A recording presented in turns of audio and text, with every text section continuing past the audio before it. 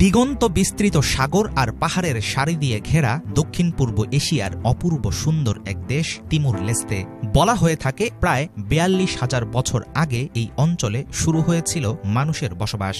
Portuguese উপনিবেশ ও বিশ্বের সবচেয়ে বড় মুসলিম রাষ্ট্র ইন্দোনেশিয়ার শাসনামল পেরিয়ে ২০০২ সালে স্বাধীনতা লাভ করে খ্রিস্টান সংখ্যাগরিষ্ঠ দেশ গণপ্রজাতন্ত্রী পূর্ব তিমুর। সম্প্রতি তিমুর লেস্তের প্রেসিডেন্ট জোসে রামোস হোর্তার বাংলাদেশ সফরের জেরে পূর্ব তিমুর নিয়ে মানুষের মধ্যে তৈরি হয়েছে নানারকম কৌতূহল।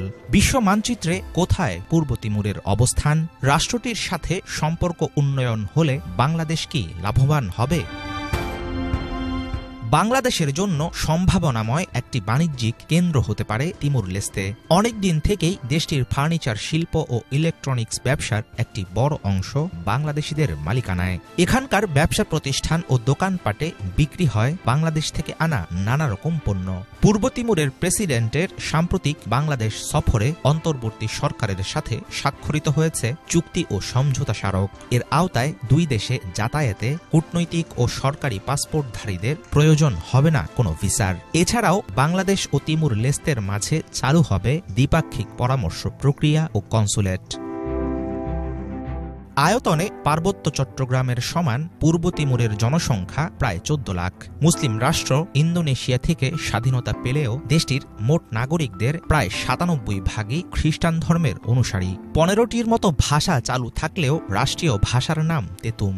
আছে পর্তুগিজ ভাষার প্রচলনও। এখানকার শতকরা ৩০% মানুষ ইংরেজি জানে। ক্রুড পেট্রোলিয়াম, ন্যাচারাল গ্যাস ছাড়াও তারা রপ্তানি করে কফি, দারুচিনি এবং কোকোয়া। ২০২৩ সালের ওয়ার্ল্ড ব্যাংকের তথ্য অনুসারে তিমুর লেস্তের জিডিপির আকার প্রায় $২ বিলিয়ন।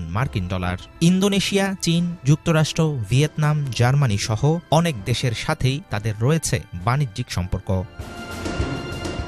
১৬শ শতকের শুরু থেকে ১৯৭৫ সাল পর্যন্ত পর্তুগিজ উপনিবেশের একটি অংশ ছিল পূর্ব তিমুর। তখন এটি পরিচিত ছিল পর্তুগিজ তিমুর নামে। উত্তরে ওয়েটার প্রণালী এবং দক্ষিণে তিমুর সাগর।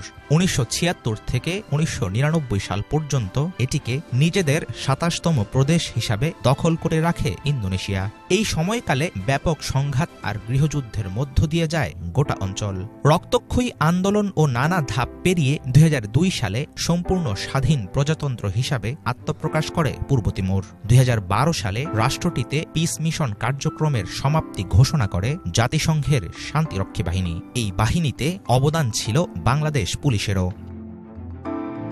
সহজ সরল, সাধারণ ও শান্তিপ্রিয় মানুষের দেশ তিমুর লেস্তে।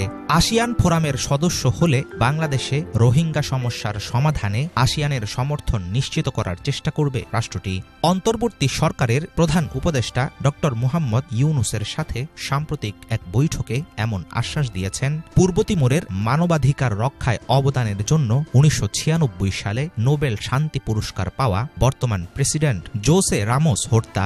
বহু প্রাণের বিনিময়ে স্বাধীনতা লাভ করা বাংলাদেশ ও তিমুর লেস্তের দ্বিপাক্ষিক সম্পর্ক জোরদার হলে দুই দেশের জন্যই খুলতে পারে নতুন সম্ভাবনার দরজা।